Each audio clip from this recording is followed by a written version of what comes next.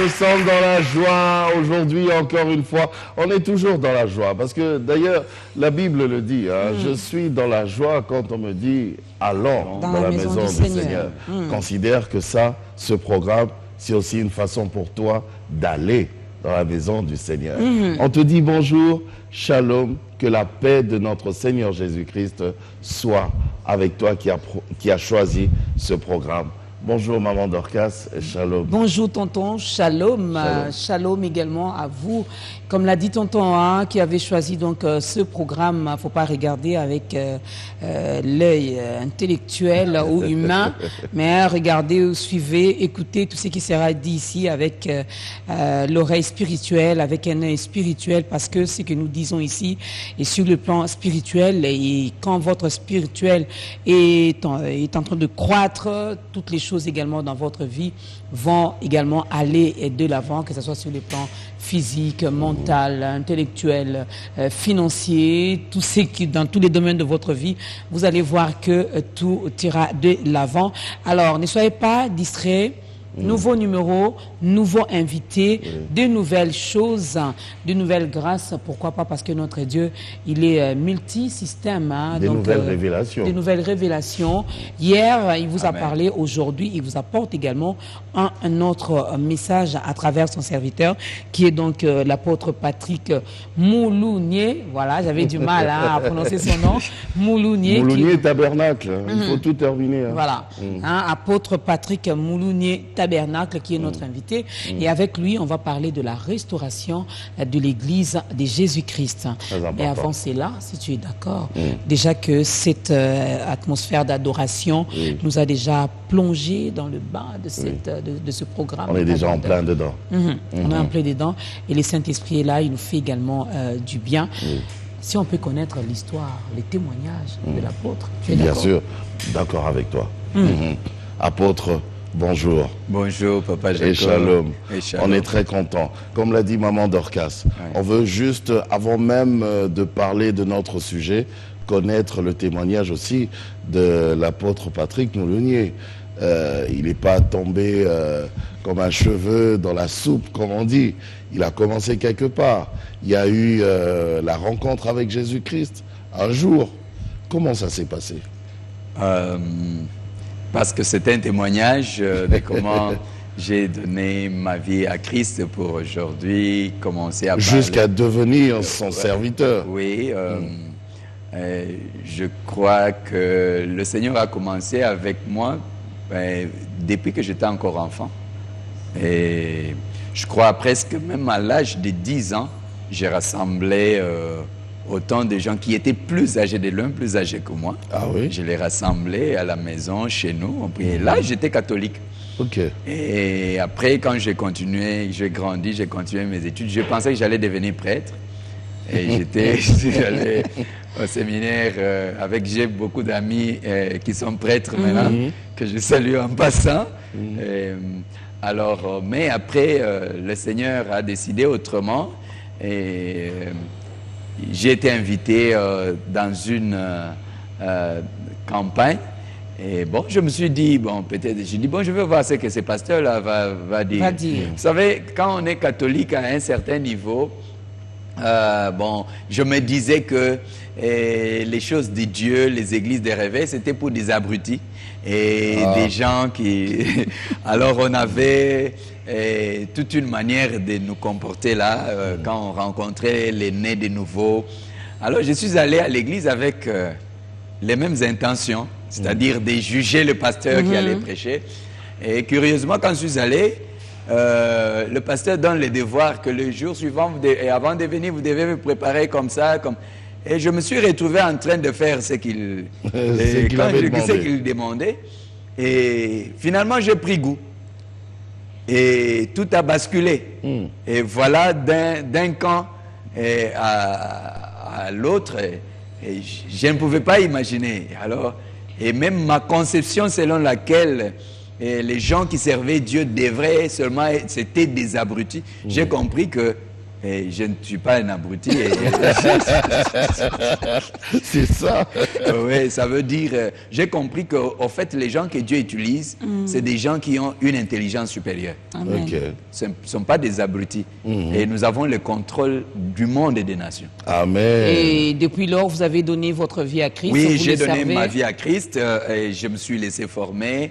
Et j'ai été encadré par un homme de Dieu que, bon, paix à son âme. Et il est décédé pendant que j'étais. Il est le pasteur Albert Kieki. Vous connaissez l'église de Lista. Bien sûr.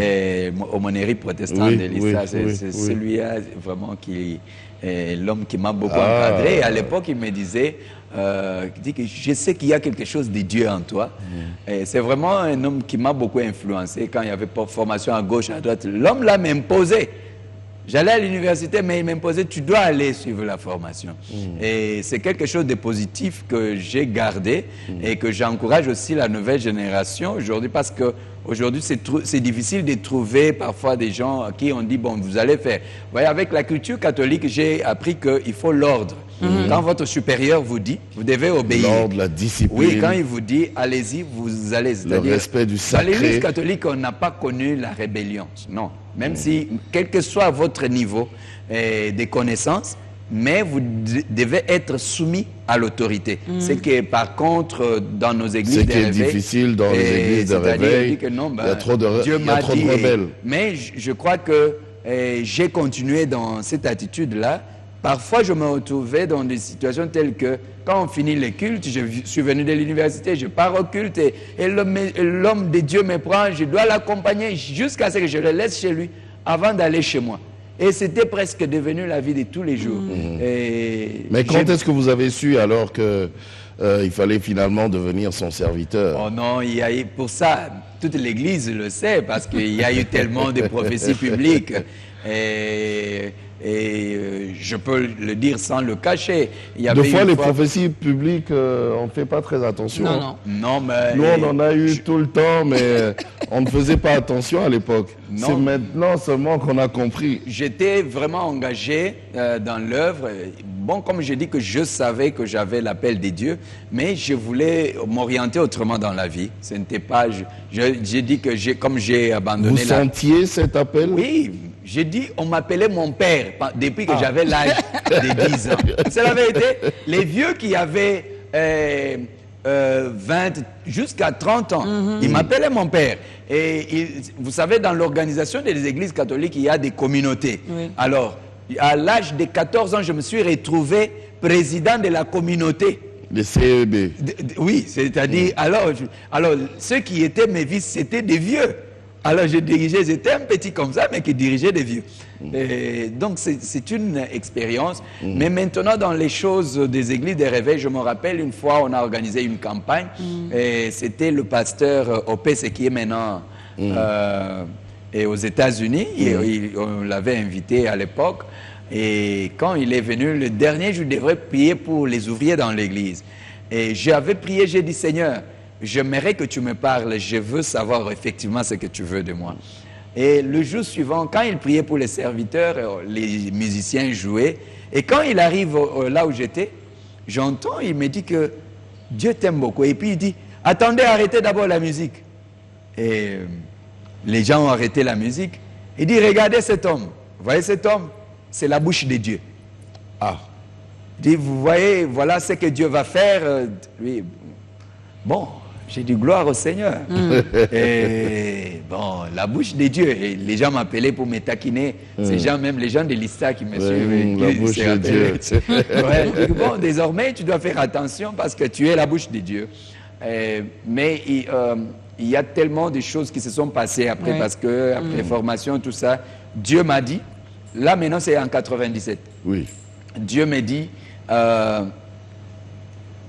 il m'a parlé d'un serviteur qui est, je vais taire les noms, à l'époque il était en prison, je suis allé voir quelqu'un en prison et je l'ai trouvé, il était en 97. Alors quand je l'ai vu, je dois donner ce témoignage, c'est important. Oui. Allez-y. Bah, vous pouvez donner son nom. Alors oui, c'est le pasteur Coutinho. Oui. Ah, okay. C'est le pasteur Coutinho. Alors je l'ai trouvé, il était en prison et puis je ne le connaissais pas personnellement, mais curieusement on s'est salué. Et quand je suis rentré, Dieu m'a dit ceci. Tu vois cet homme, je lui ai donné une mission pour ce pays. Mais il ne va pas terminer cette mission. Alors, après, voilà les événements qui vont se passer. Bon, j'ai arrêté, c'est depuis 97. Et après quelques temps, le Seigneur m'a dit, tu dois partir d'ici parce que je t'ai préparé pour quelque chose. Ah bon, voilà, je suis parti et quand le temps est arrivé, il m'a dit retourne. Je suis retourné, voilà comment vous me voyez ici. Voilà, donc le Seigneur l'a envoyé quelque part. On signale que l'apôtre Patrick Moulounier, le Seigneur l'a envoyé en Égypte. C'est là où, moi je l'ai taquiné un peu, j'ai dit... C'est un nom de chez nous? Moulounier, bon je ne sais pas. Moulounier. Alors j'ai dit, est-ce facile, hein, déjà ici à Kinshasa, où la communauté, où la population est laïque, hein, on retrouve également beaucoup de chrétiens, mais ailleurs, hein, en Égypte particulièrement, ce n'est pas la même chose. Hein. Est-ce facile de gagner les âmes en Égypte? Oui, tant que Jésus qui avait donné l'ordre, la mission, savait que c'est possible de le faire. Je viens de vous dire que nous avons l'intelligence supérieure. Je viens de la formation avec les serviteurs. J'ai dit qu'il n'y a pas une force extérieure en dehors de l'Église qui peut combattre l'Église. Ni les occultistes, ni les sorciers, ils ne pèsent pas. Mais parfois, nous leur avons donné la place qu'ils ne méritent pas. La seule force qui peut combattre l'Église, c'est la force de l'intérieur de l'Église. Alors, dire que l'État, on est dans un État musulman, ainsi de suite, c'est musulman, mais Jésus qui vient maintenant, qui veut que nous puissions aller annoncer le royaume de Dieu. Ça veut dire que c'est un royaume étranger que nous amène, même au Congo. Ce n'était pas, le royaume de Dieu n'était pas là. Il a fallu que les gens viennent pour implanter ce royaume. Ça veut dire qu'il a donné les capacités à ceux qu'il a envoyés. Quand Dieu appelle quelqu'un, il lui donne les capacités, que ce soit sur le plan de la communication, sur le plan de l'interprétation, sur le plan de vivre.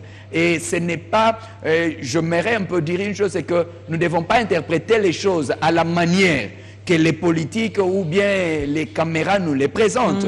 Même quand on parle de l'Église, je viens de le dire aux leaders, j'ai dit que je pense que l'Église que nous pouvons plaindre n'est pas l'Église physique, mais c'est plutôt l'Église spirituelle.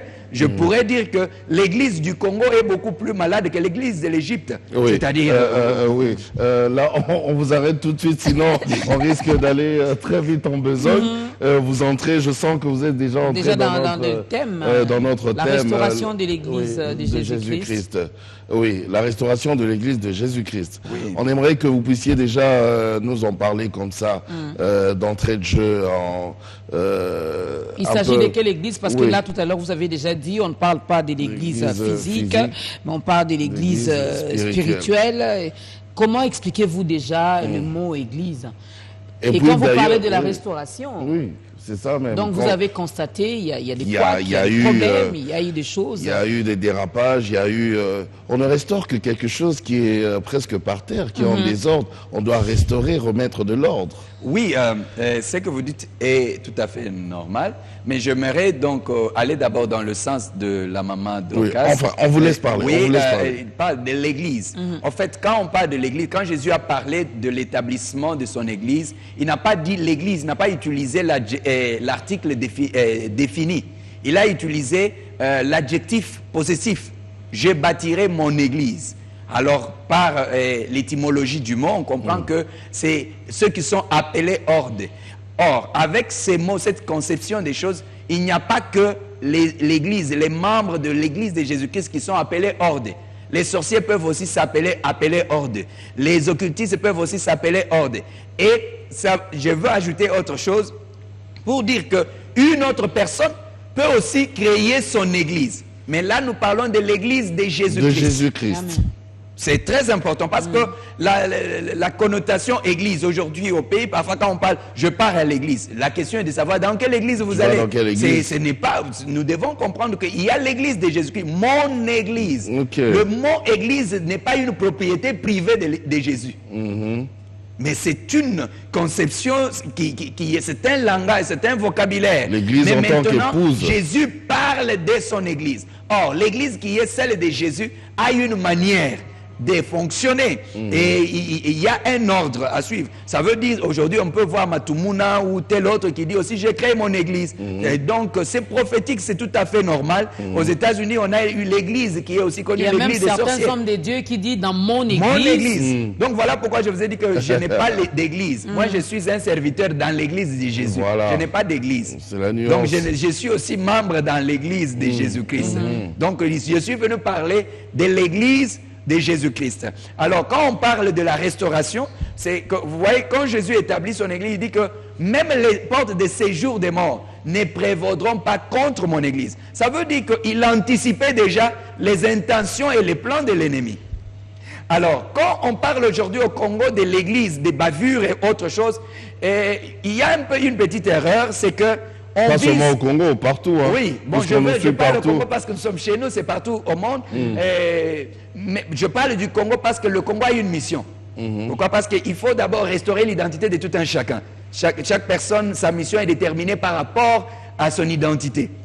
Alors, c'est qu'on vise peut-être les gens. Mais ce qu'on ne comprend pas, c'est que dans le monde spirituel, il y a le comportement des gens qui n'est pas un comportement naturel, mais qui est un comportement dicté. C'est-à-dire, pour ceux qui connaissent bien le monde spirituel, même ceux qui fréquentent dans l'occultisme, vous allez comprendre qu'il y a des choses qui sont les résultats des décrets. Les décrets spirituels, par exemple, on peut dire ici au Congo que tous les serviteurs, voilà ce qui va devenir la raison de leur chute.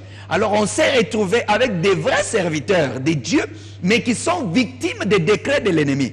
Alors, si on parle de la restauration de l'Église, la première des choses, c'est une mauvaise nouvelle contre les puissances des dieux étrangers qui avaient pensé troubler l'Église au Congo pour détruire la destinée du Congo.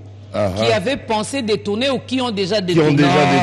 Mais s'ils avaient détourné, les gens comme nous, on n'allait pas apparaître. Vous savez, Dieu a des armes secrètes. Vous-même, vous avez dit qu'il y a maintenant d'ailleurs aussi des églises sataniques partout dans le monde. Oui, on ne va pas nous contredire. L'église, j'ai dit l'église, nous parlons de l'église de Jésus-Christ. De Jésus-Christ. Satan n'est-elle pas déjà compromettre ou détruire l'église de Jésus-Christ. Mais maintenant, il est surpris qu'on amène un nouveau langage. Les gens pensaient que c'était fini, les pasteurs, les hommes de Dieu, pas de réconciliation, les gens ne peuvent pas se parler, c'est ça que l'ennemi avait fonctionné avec les méthodes que l'Église n'avait pas compris. Mais Dieu avait préparé des armes secrètes, nous sommes comme des armes secrètes. Voilà pourquoi nous sommes de ceux que Dieu, je connais, je sais pourquoi j'ai pu taire mon témoignage, mais je sais pourquoi Dieu m'avait dit, il m'a dit, pars, parce qu'il y aura des choses qui vont se passer.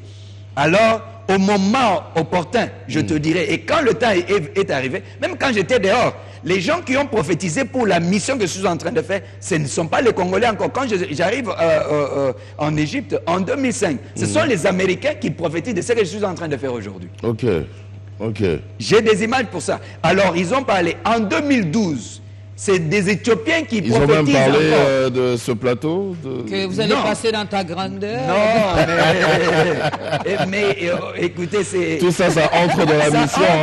C'est là que nous devons comprendre que l'Église n'est pas seulement une réalité spirituelle, mais elle est une réalité sociale. C'est comprendre que parfois on ne doit pas se réfugier dans une certaine logique, que bon voilà, bon c'est spirituel seulement, mais si on reste seulement dans les spirituels, je pense que ceux qui nous regardent ne peuvent pas nous regarder. Apôtre Patrick, Patrick, je vais vous permettre de continuer, mais je reviens un petit peu à ce que maman Dorcas a dit. Je reste sur ma soif. L'Église de Jésus-Christ n'est-elle pas déjà en train de tomber, d'être troublée, d'être compromise? Dans les décrets des autres là? Oui, parce que par rapport à tout ce que nous voyons actuellement, malheureusement, dans l'Église de Jésus-Christ. Vous savez, il y a les thermomètres des hommes et il y a les thermomètres des dieux. Les jugements des hommes n'est pas les jugements des dieux. Au Congo, par exemple, quand on parle de péché, c'est-à-dire on voit seulement l'immoralité ou autre chose. Mais pour les hommes matures, on va comprendre que ce n'est pas seulement les péchés. Moi, j'appelle ça, c'est la distraction. Parce qu'une personne qui a la mission n'a pas vraiment le temps de ça. Ce sont des bêtises. Mais une personne qui est désobéissante, la Bible nous dit que la désobéissance est pire que l'idolâtrie. Ça veut dire que les sorciers qui vont dehors et le chrétien qui est dans l'église, mais qui désobéit à ce que Dieu lui demande de faire, est plus dangereux que les sorciers et les magiciens. Oh. Éclairez-nous, oui, apôtre.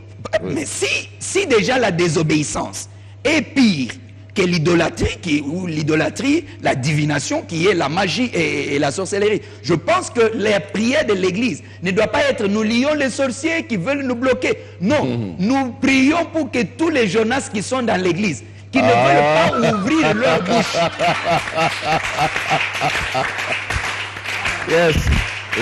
Voilà la prière.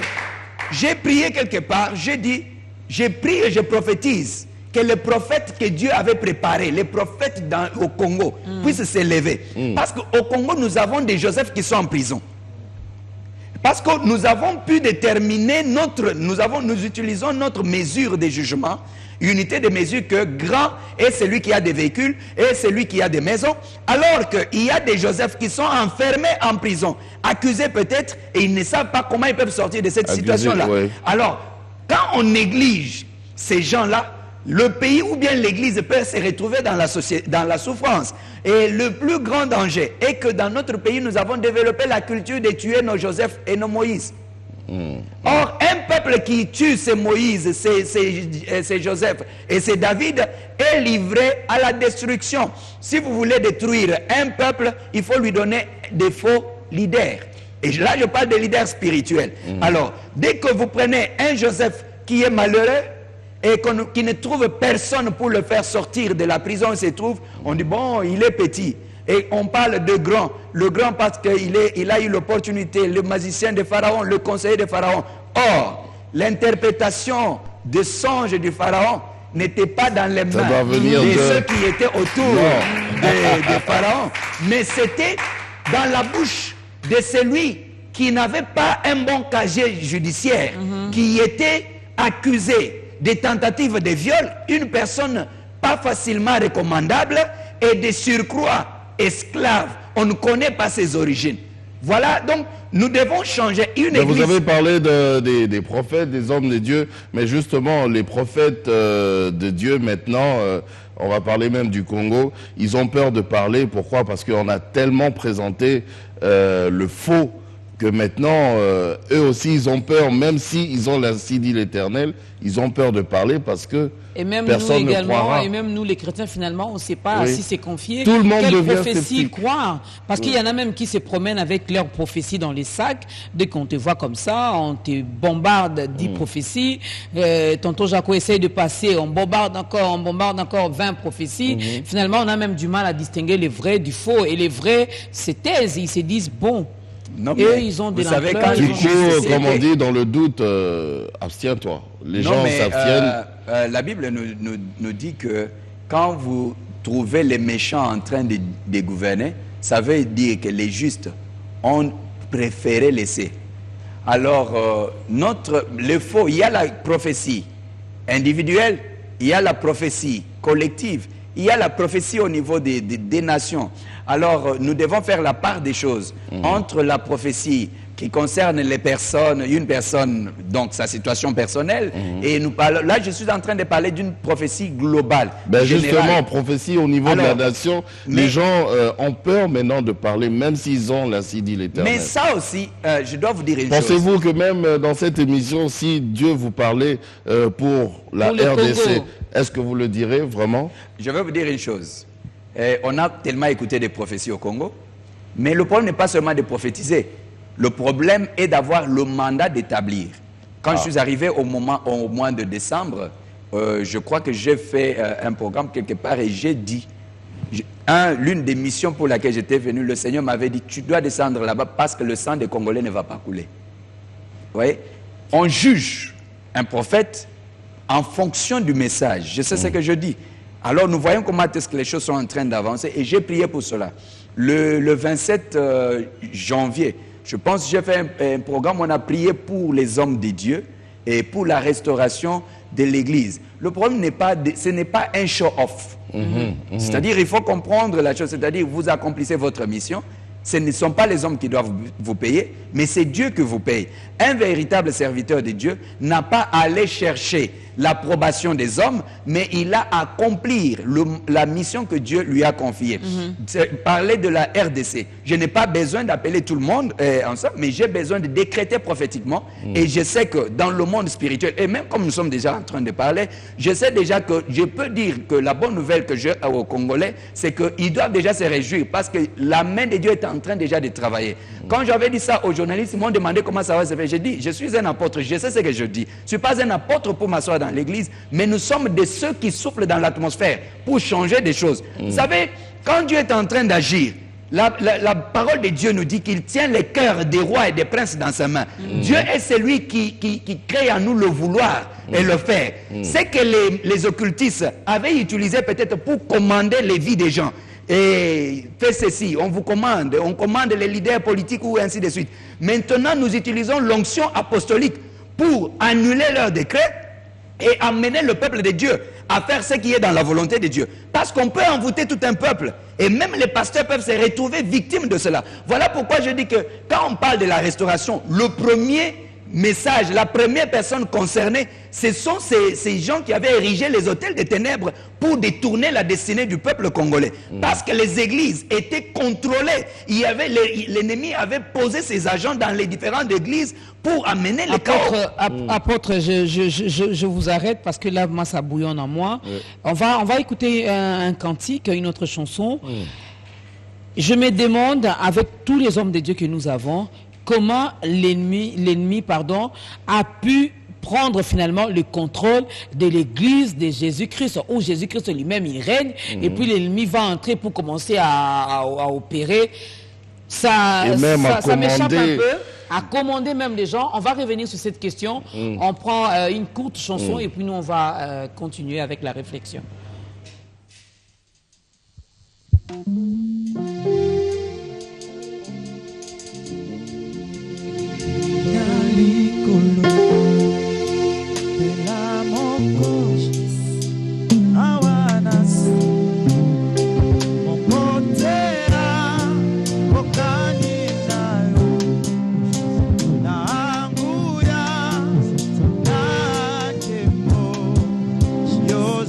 Zambe, Anali Kolo.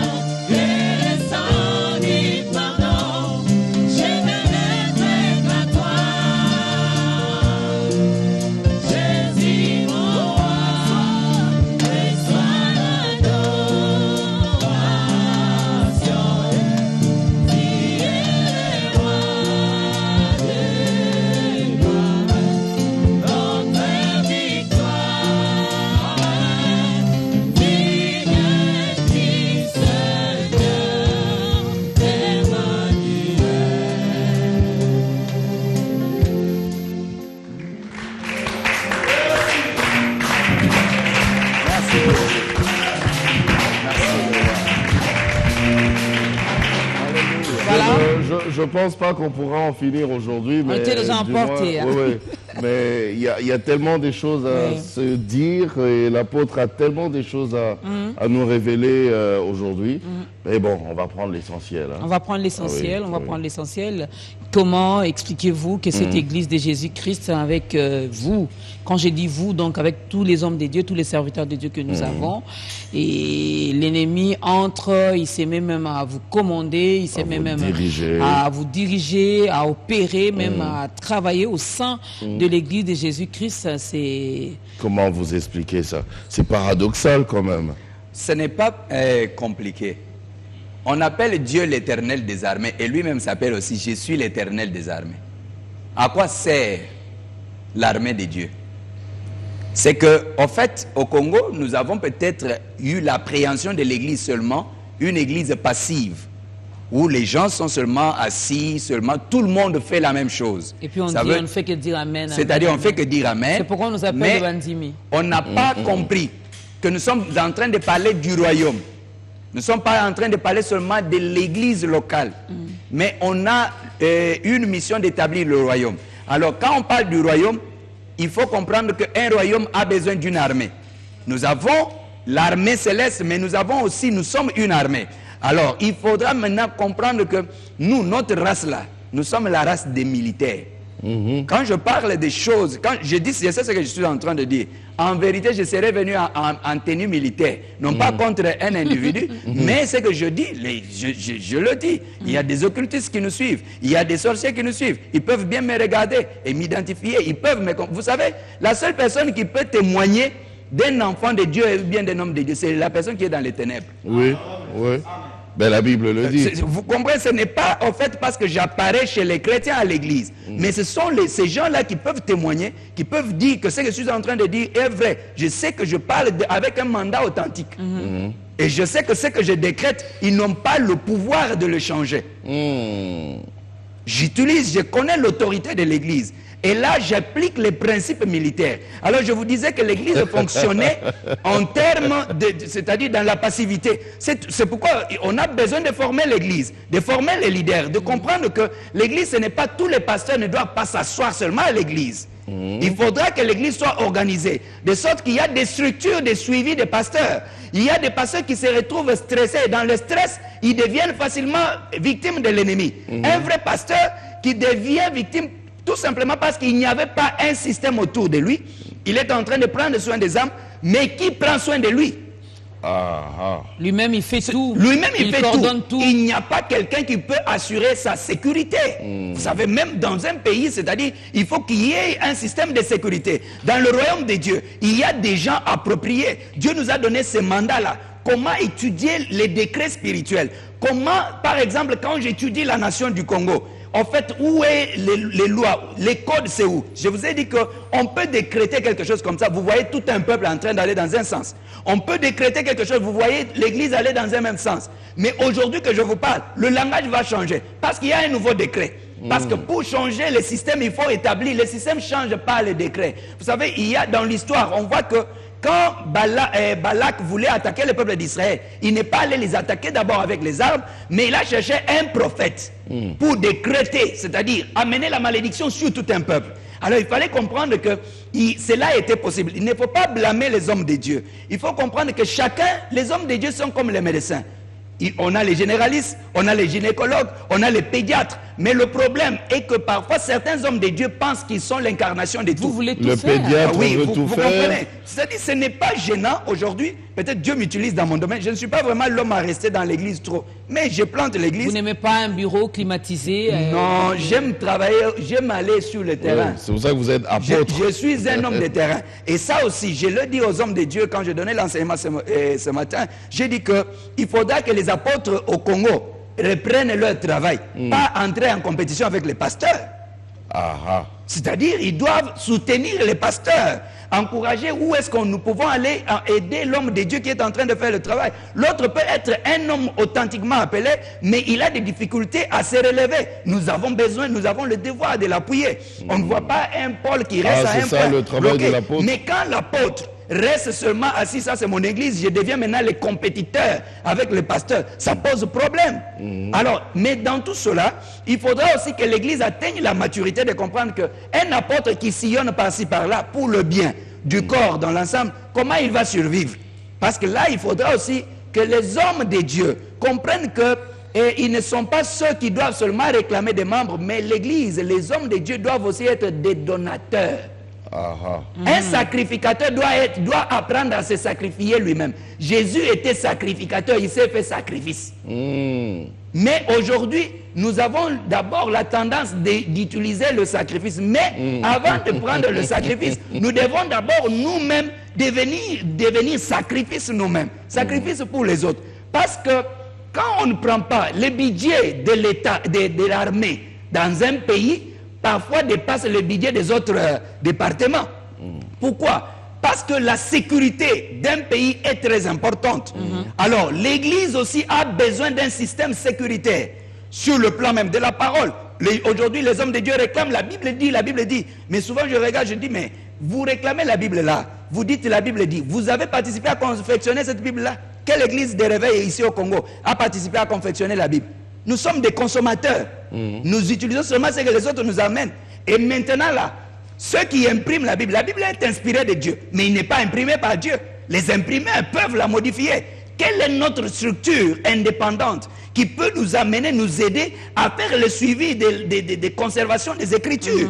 Alors aujourd'hui, vous voyez d'autres versions bibliques qui sortent et le tel théologien américain a vu que. Alors à cause de cela, il est maintenant le Saint-Esprit qui modifie la Bible. Et à cause de cela, nous portons ça, nous dit version telle dit, version telle dit. Alors, vous voyez qu'il y a un travail. Tout ce travail-là ne peut pas être fait par un pasteur sédentaire. C'est-à-dire, celui que nous appelons pasteur sédentaire, c'est celui qui est assis à temps plein en train de suivre les membres. On a besoin des pasteurs qui sont vraiment, le travail, ce sont des recherches.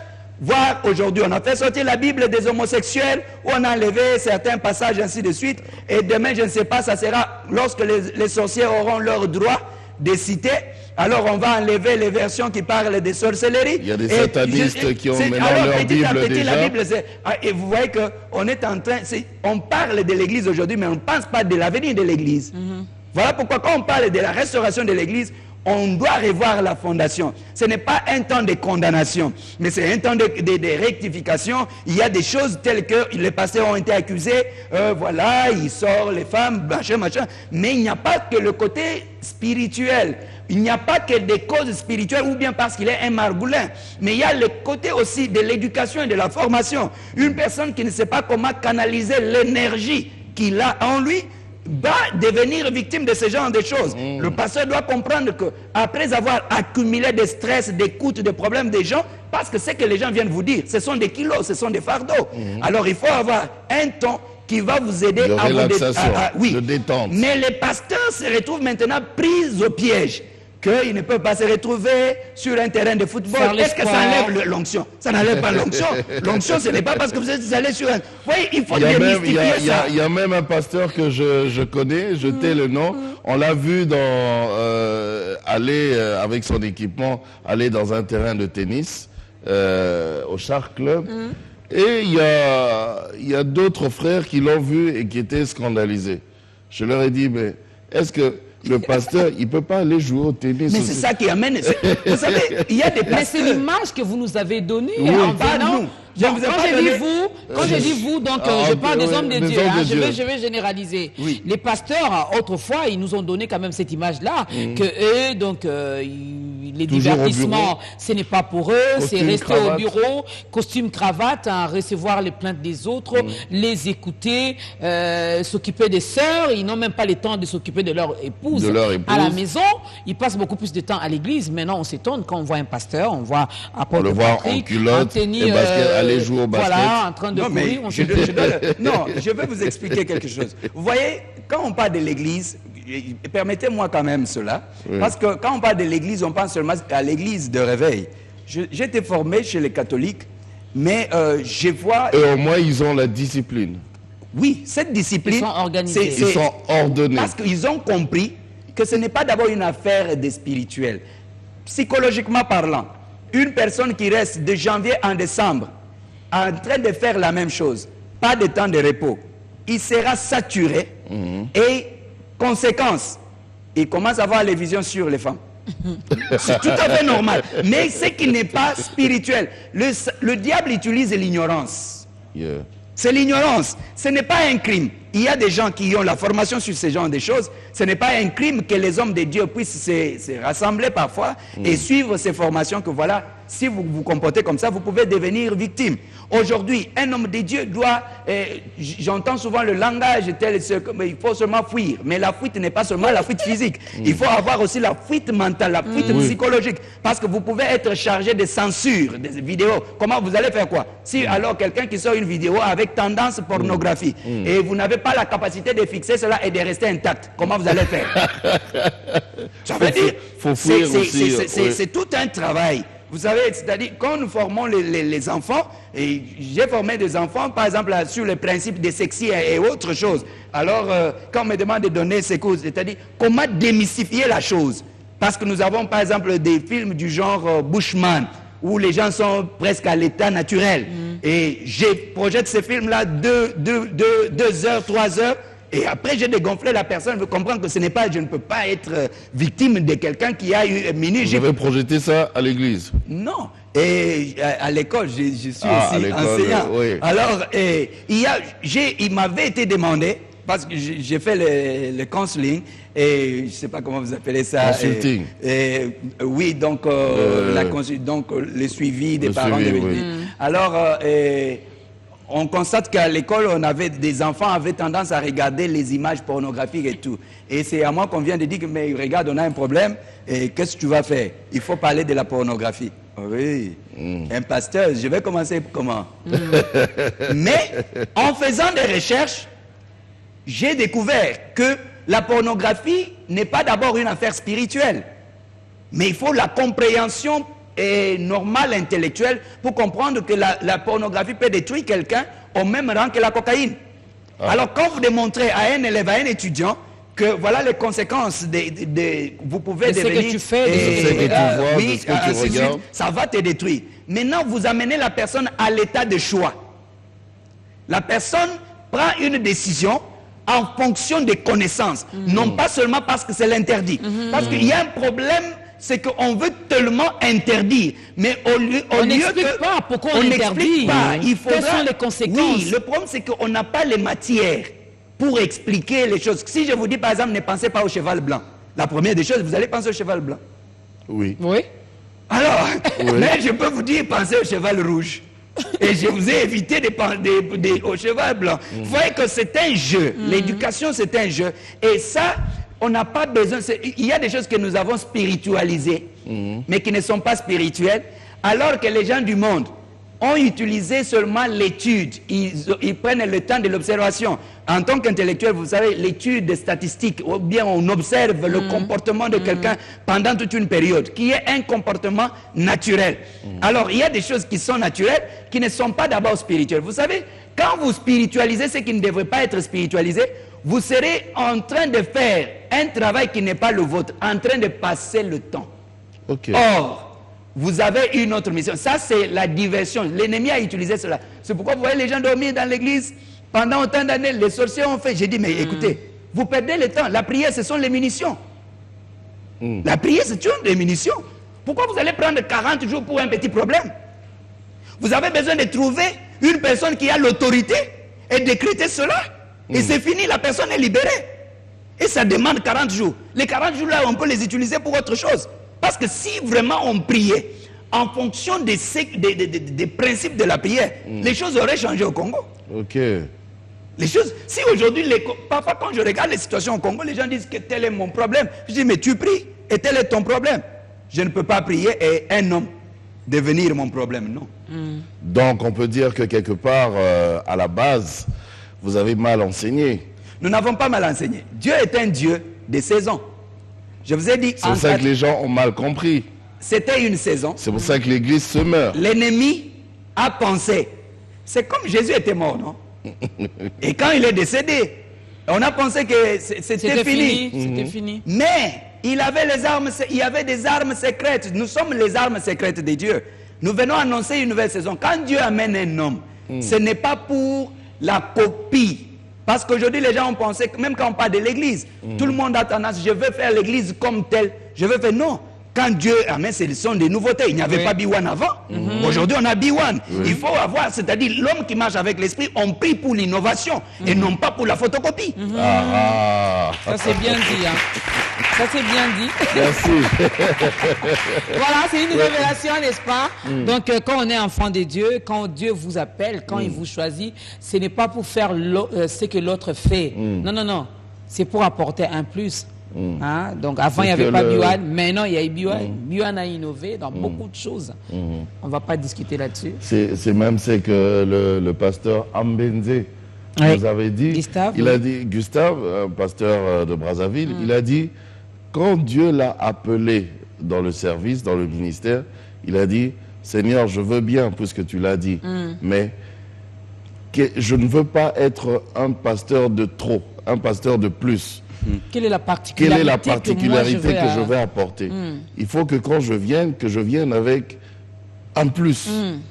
Pas faire ce que les autres font déjà. Sinon, je serai un pasteur de trop. Quand je suis arrivé, après certaines interventions, il y a des gens qui m'ont dit, mais pourquoi tu ne crées pas l'église? Je dis, je ne suis pas venu créer l'église. Il y a déjà assez d'églises.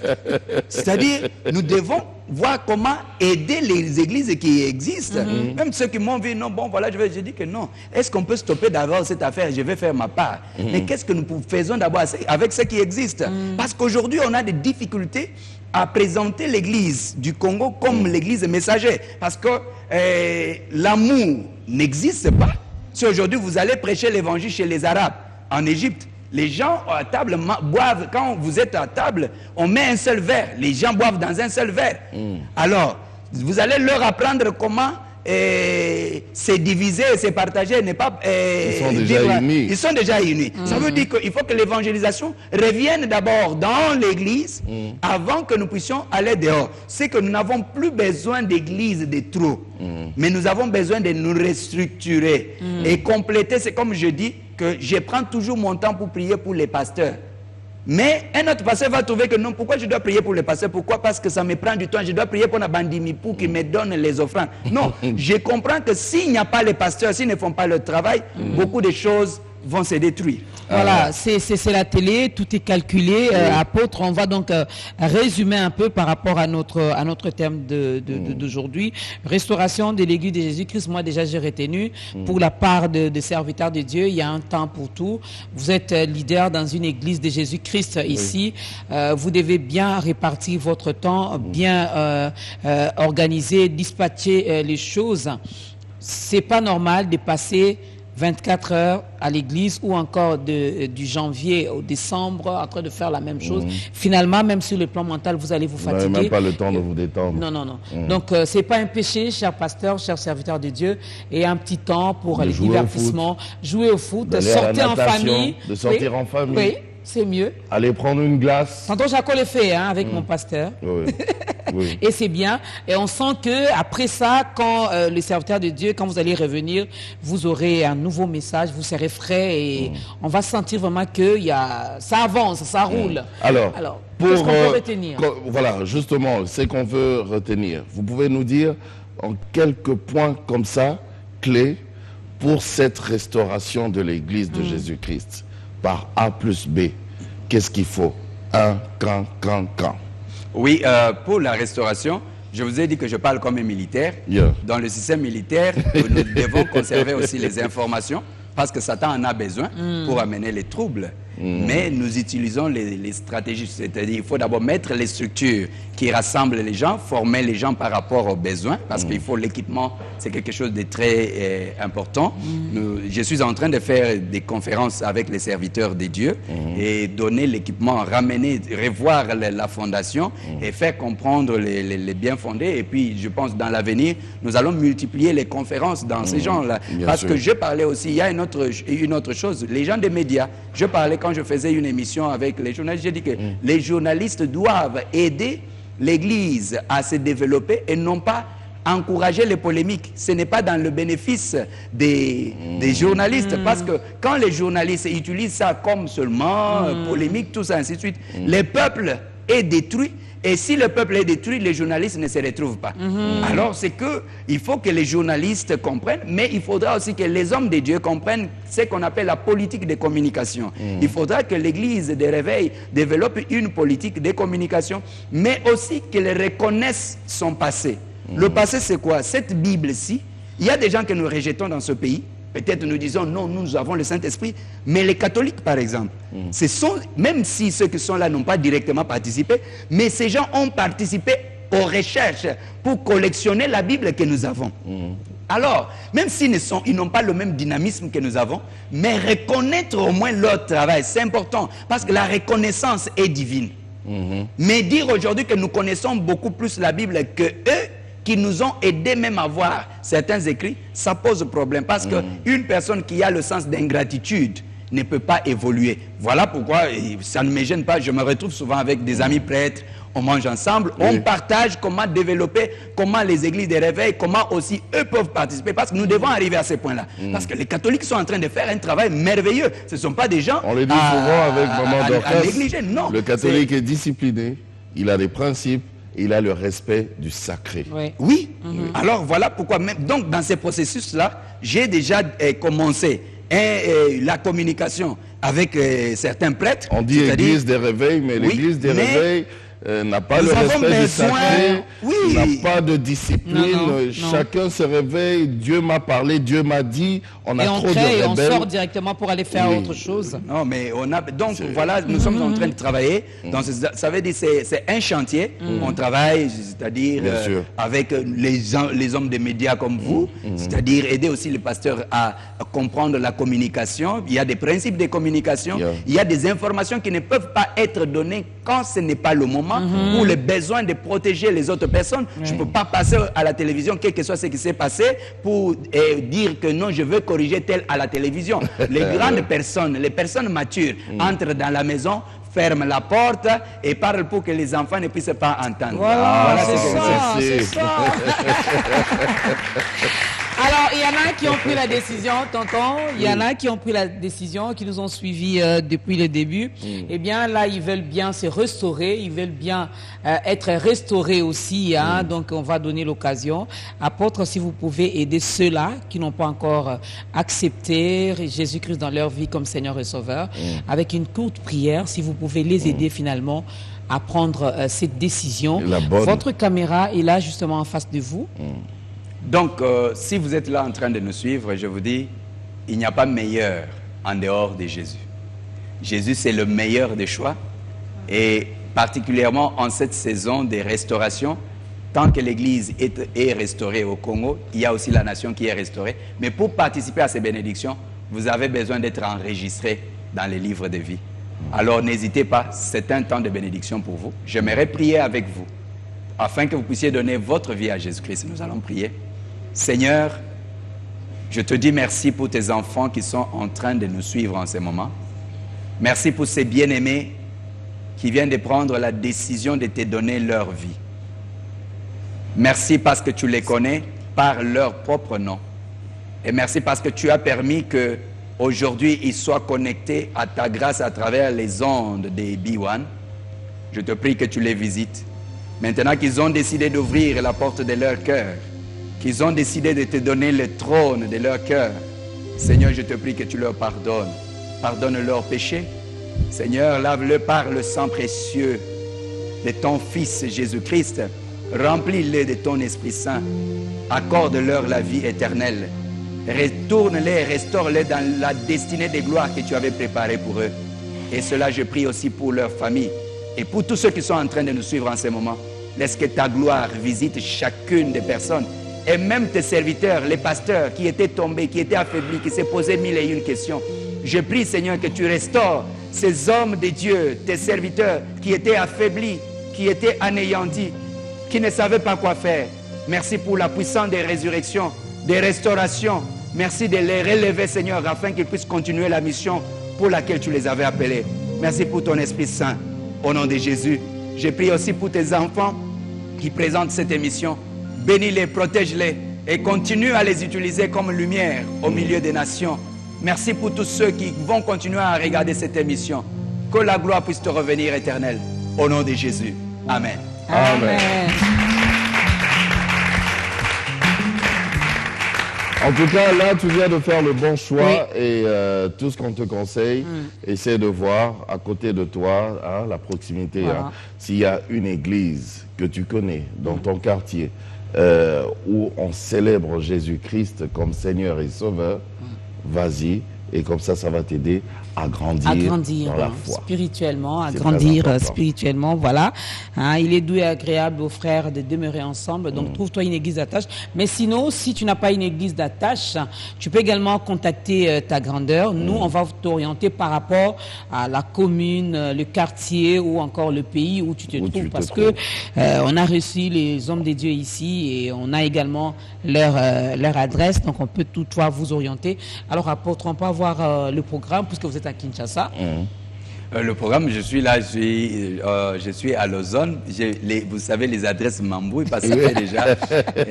C'est vrai. Je suis en train de faire une conférence avec les serviteurs. Je continue. Et on va continuer aussi parce que ça ne va pas se limiter. Nous devons apporter les matériels parce que ce que l'Église nécessite maintenant, c'est l'équipement. Et les gens seront continuellement informés. Et je pense que nous passerons de temps en temps les annonces à travers votre émission et votre chaîne. Parce que c'est pour le bien de notre pays.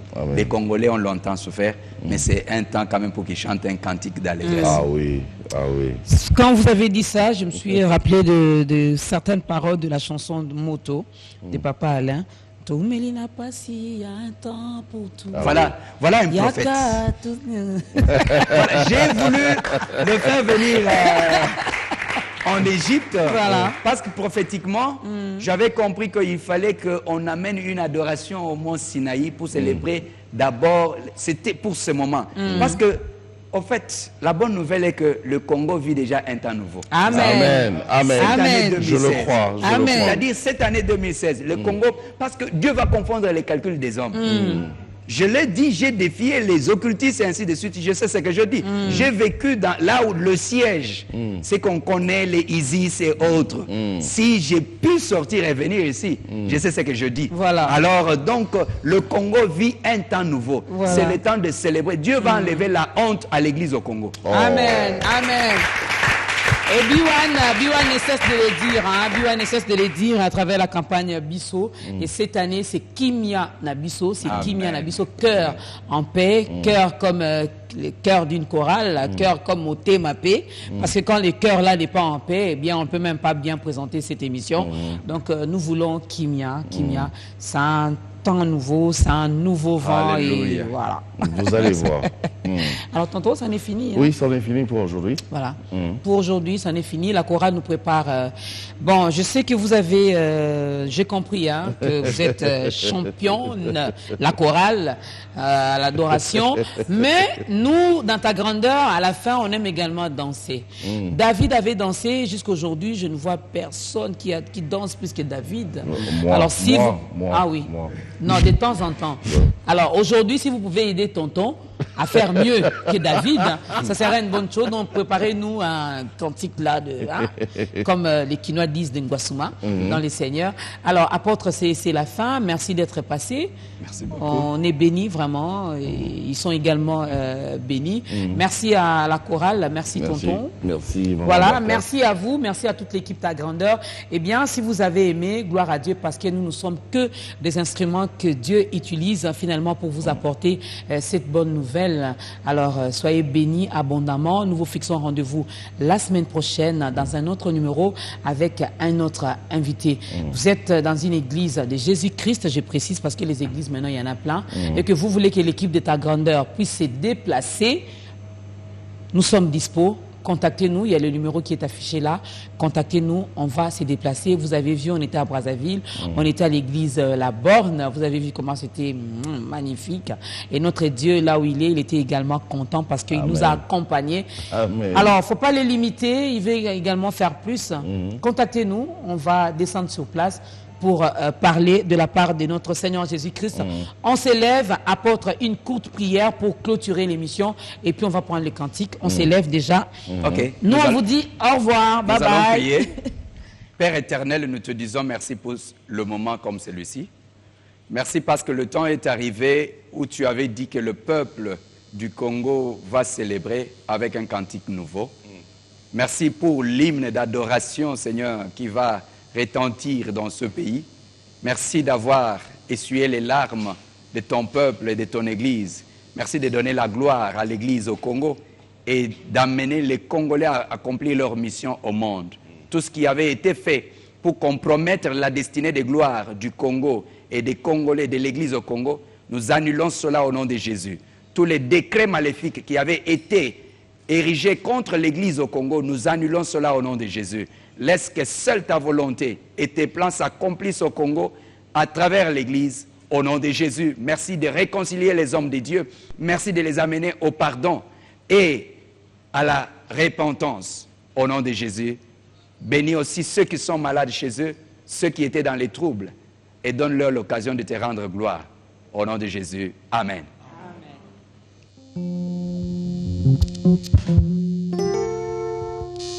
Tongo etana, butu eida, kemo na Nzambe, etondi mokili, mokili elingi yeba, wapi kolo na bilembo, azane mosikatero, azana motema na ngai, avanda lokola mokolo lopango, kozoko zande molingi, Nzamba kobetela milolo, ezayo mwana pate, ekumama nano Yesu.